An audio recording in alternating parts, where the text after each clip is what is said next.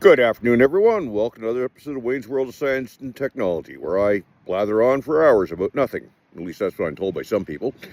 Anyway, I wanted to talk about the MiGs in Estonian airspace. Yeah, I know, that was a week ago. I've been thinking about it because it puzzles me. The problem is that the MiG-31 has its uses, but it's not designed for what they were using it for. Let me explain. The MiG-31 is a high-speed missile carrier. It's a truck, basically. It has a great radar, and it's designed to be able to take down enemy aircraft at a long range.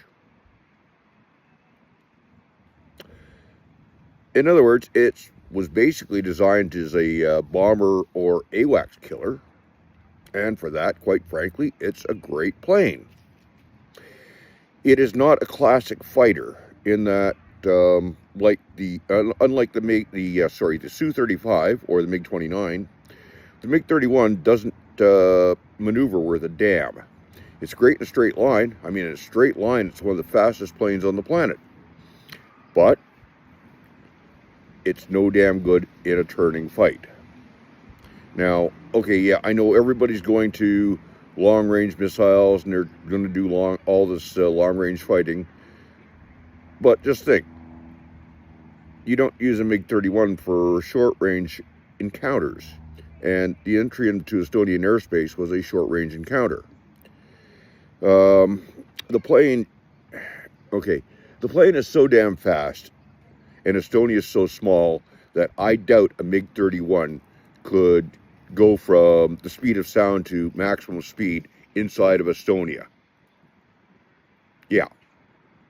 That's how bloody fast the plane is. And I mean, like, they're great planes for what they do. It's just, as I said, it's not a maneuverable fighter. For that, you want preferably a Su-35, which is the best maneuverable fighter that the Russians have. It's also a very good design. So, why send the MiG-31s when they're really not suitable for this sort of an application? They don't have the same sensor fit that the Su-35 has. And quite frankly, the Su-35 sensor fit is going to give you a far better reading on ground targets than the MiG-31s, from what I understand of the systems on both planes. So why use it?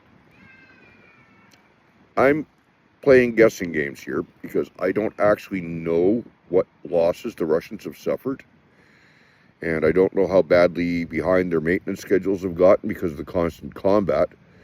And believe me, everybody's maintenance schedules get behind in constant combat. That's just the way it is. The point is that the MiG-31s may have been the only airplanes that they had that they felt they could afford to lose. Yeah. They don't think they can afford to lose a Su-35 or a MiG-29, or for that matter a Su-27, but they can afford to lose a MiG-31. That puts a totally different slant on the situation. That tells us something about the Russian military, probably. That's if I'm right about their issues with maintenance. And let's face it, I'm almost certainly right because this has been a long war. They put in a hell of a lot of hours on those planes. And maintenance, well, the more you fly, the more you got to maintain. That's the way it is. So, my guess is that they used the MiG-31s because they were effectively expendable. They weren't using them to drop glide bombs. They weren't using them to patrol the borders. At least not with Ukraine. They were using the Su-35s for that. So,